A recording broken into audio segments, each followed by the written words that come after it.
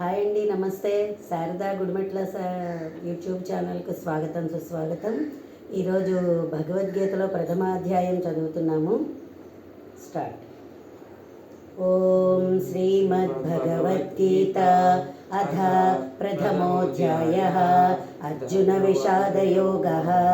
ధృతరాష్ట్రోవాచ ధర్మక్షేత్రే కురుక్షేత్రే సమవేతాయుత్సవః మామకా పాండవాశ్చైవ కిమకుర్వత సంజయ.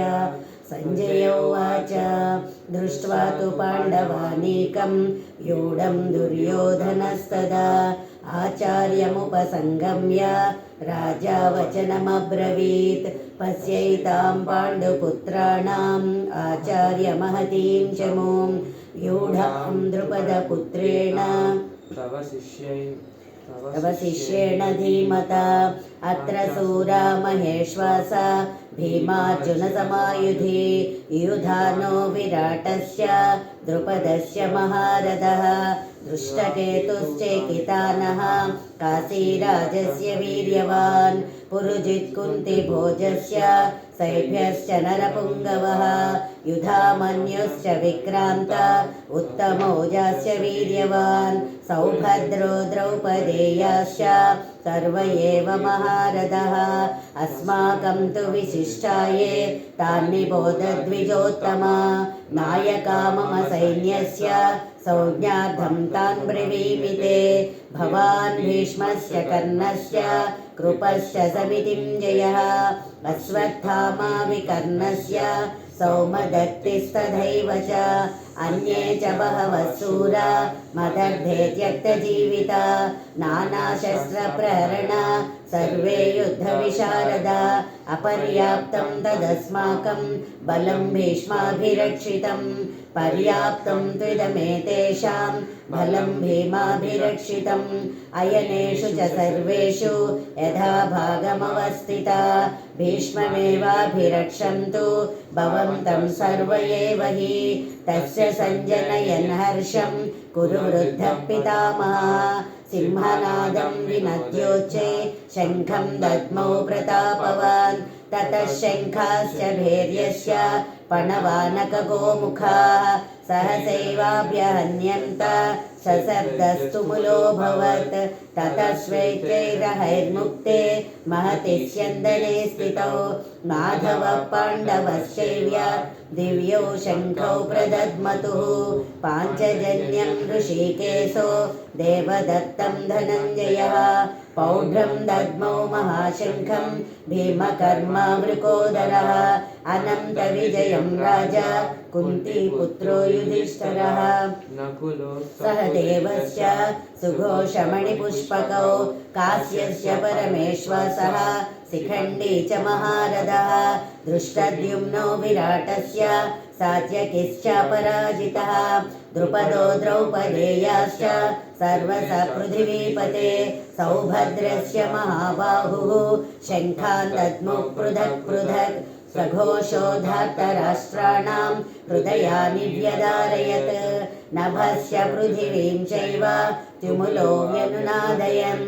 अध व्यवस्थितान् दृष्ट्वा धार्तराष्ट्रान् कपिध्वजः प्रवृत्रे शस्त्रसम्पाते धनुरुद्यम पाण्डव. ऋषिकेशं तथा वाक्यम् इदमाह महीपते. अर्जुन उवाच सेनयोरुभयोर्मध्ये रथं स्थापय मेच्युत. यावदेतान् निरीक्षेऽहं योद्धुकामानवस्थितान्. कैर्मेया सह योद्धव्यम् अस्मिन् रणसमुद्यमे. योत्समावानवेक्षेऽहं ययेत्रेऽत्र समागतः. धार्तराष्ट्रस्य दुर्बुद्धे युद्धे प्रियचिकीर्षव. संजय उवाच एवमुक्तो ऋषिकेशो गूढाकेशेन भारत. येनयोरुभयोर्मध्ये स्थापयित्वा रथोत्तमं. भीष्मद्रोणप्रमुखतः सर्वेषां च महीक्षिताम्. उवाच पार्थ पश्यैतान् समवेतान् कुरुरिति तत्रापश्य स्थितान् पार्थः पितॄनथ पितामहान् आचार्यान् मातुलान् भ्रातॄन् पुत्रान् पौत्रान् सखींस्तदा श्वशुरान् सहृदश्चैव सेनयोरुभयोरपि तान् समीक्ष्य स कौन्तेयः सर्वान् बन्धूनवस्थितान् कृपया परयाविष्टो विषीदन्निदमब्रवीत् अर्जुन उवाच दृष्ट्वेमं स्वजनं कृष्ण युयुत्सं समुपस्थितं सीदन्ति मम गात्राणि मुखं च परिशुष्यति वेपधुश्च शरीरे मे रोमहर्षस्य जायते गाण्डीवं स्रंसते हस्तात् त्वक्षैव परिदह्यते न च शक्नोम्यवस्थातुं भ्रमतीव च मे मनः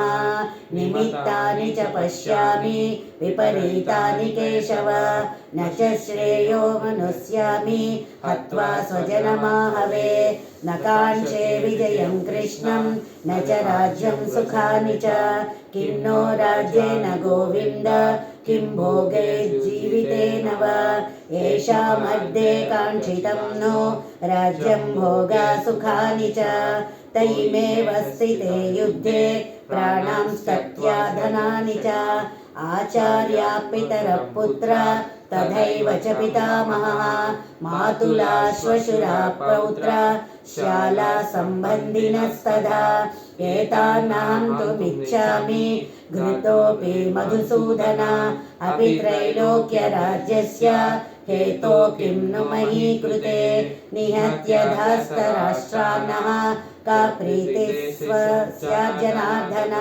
पापमेव श्रेयेदस्मान् हत्वैतानाततायिनां तस्मान्नार्हा वयं हन्तुं धार्तराष्ट्रान् स्वबान्धवान् स्वजनं हि कथं हत्वा सुखिनः स्याम माधव यद्यप्येतेन पश्यन्ति लोभोपहत चेतसः कुलक्षयकृतं दोषं मित्रद्रोहे च पातकं कथं न ज्ञेयमस्माभिः पापादस्मान् निवर्तितुं कुलक्षयकृतं दोषं प्रपश्यति जनार्दन कुलक्षये प्रणश्यन्ति कुलधर्मा सनातना धर्मे नष्टे कुलं कृष्णम् अधर्मोऽभिभवत्युत अधर्माभिभवात् कृष्ण प्रद्युष्यन्ति कुलस्त्रिभिः स्त्रीषु दृष्टासु वार्ष्णेय जायसे वर्णसङ्करः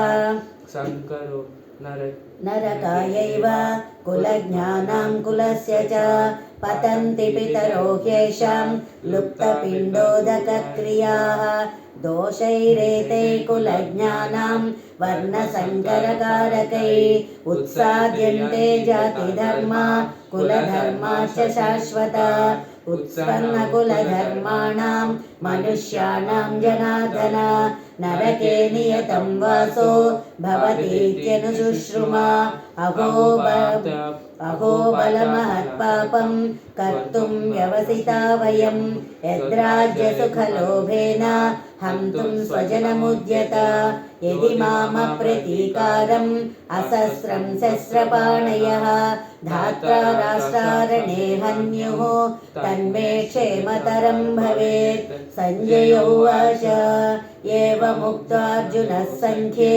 रथोपस्थ उपाविशत् विसृज्य शशरं चापं शोकसंविघ्नमानसः ॐ तत्सत् इति श्रीमद्भगवद्गीतासु उपनिषत्सु ब्रह्मविद्यायां योगशास्त्रे श्रीकृष्णार्जुनसंवादे अर्जुनविषादयोगो नाम प्रथमोऽध्यायः समाप्तं। हरिः ओम्।